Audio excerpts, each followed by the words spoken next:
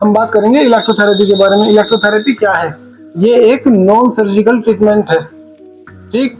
इसमें जो है हम इलेक्ट्रिसिटी का यूज करके अलग अलग डिसऑर्डर्स और डिजीज का ट्रीटमेंट करते हैं। फिजियोथेरेपी में हम लाइट का, हीट का, कोल्ड का, मशीन का जो है नेचुरल फिनोमिना से इस्तेमाल करते हैं। और इसके फायदे क्या क्या हैं? इसका मेन काम है दर्द को कम करने का, ब्लड सर्कुलेशन को इम्प्रूव करने का और नॉर्मल बॉडी फंक्शन को वापस लेकर आने का। अल्ट्रासाउंड जो है ना, जो गोल गोल घुमाते हैं अल्ट्रासाउंड थेरेपी, वो उसके अंदर कोई करंट नहीं है, ठीक। उसके अंदर है साउंड वेव्स, बस जहां मैं मार्क करता जा रहा हूं वहां देखना ना, उसके अंदर है साउंड वेव्स। लेकिन रेडिएशन के फिजिक्स को फॉलो करता है ये भी, तो इसलिए इसको जो है इलेक्ट्रोथेरेपी का हिस्सा माना जाता है। अब हम इसकी क्लासिफिकेशन की बात करते हैं। अब इसकी रेंजेस क्या है? लो फ्रीक्वेंसी करंट की 0 से 100 साइकिल पर सेकेंड, और ये हर्ट्ज में चलता है। इसका यूज क्या है? मेनली ये नर्व को जो है स्टिमुलेट करता है, यानी कि एक्टिव करता है। और एग्जाम्पल के तौर पर मशीन में किस किस में होता है? टेंस में होता है, डायरेक्ट करंट में होता है, इंटरप्टेड डायरेक्ट करंट में होता है, सिनुसोइडल करंट में होता है और डायोडायनेमिक में होता है। अब मीडियम फ्रीक्वेंसी करंट की बात करते हैं। मीडियम फ्रीक्वेंसी करंट की रेंज है 1000 से 10,000 साइकिल पर सेकेंड। बस ऐसे ही लिखना पेपर में। इसकी मीडियम फ्रीक्वेंसी की रेंज क्या है? 1000 से 10,000 साइकिल पर सेकेंड, और हर्ट्ज में होता है, HZ जरूर लिखना।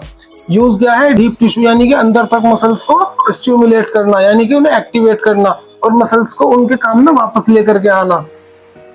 अब एग्जांपल रशियन करंट और इंटरफेरेंशियल। हाई फ्रीक्वेंसी करंट की, हाई फ्रीक्वेंसी करंट की रेंज क्या है?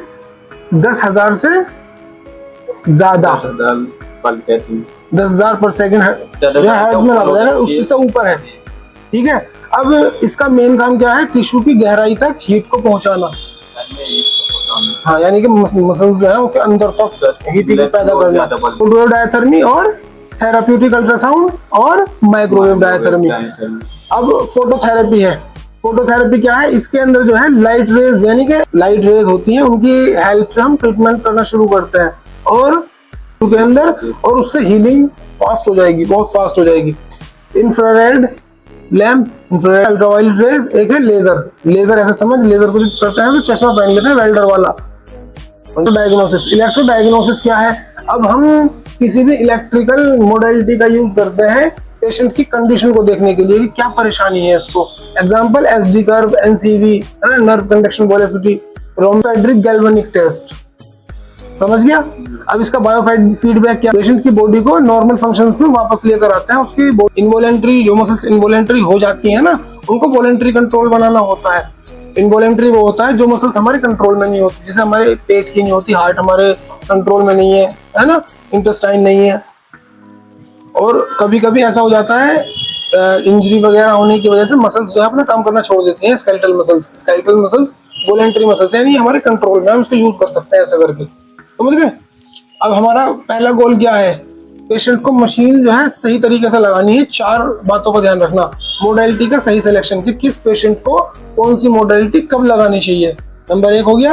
अब नंबर 2 है सही डोज देना, पेशेंट को कितनी देर तक ट्रीटमेंट देना है हमें और किस प्रॉपर तरीके से देना है, समझ गया? अब तीसरा है जरूरत पड़ने पर ट्रीटमेंट को बदला जा सके, यानी हमने किसी को टेंस लगाया, आराम नहीं आ रहा, अब जो है हमें उसकी फ्रीक्वेंसी के ऊपर काम करने की जरूरत हो सकती है, या फिर हमें मशीन को बदलने की जरूरत हो सकती है कि अब दूसरी मशीन लगाई जाए जिससे कि पेशेंट की असल कंडीशन के ऊपर काम हो सके।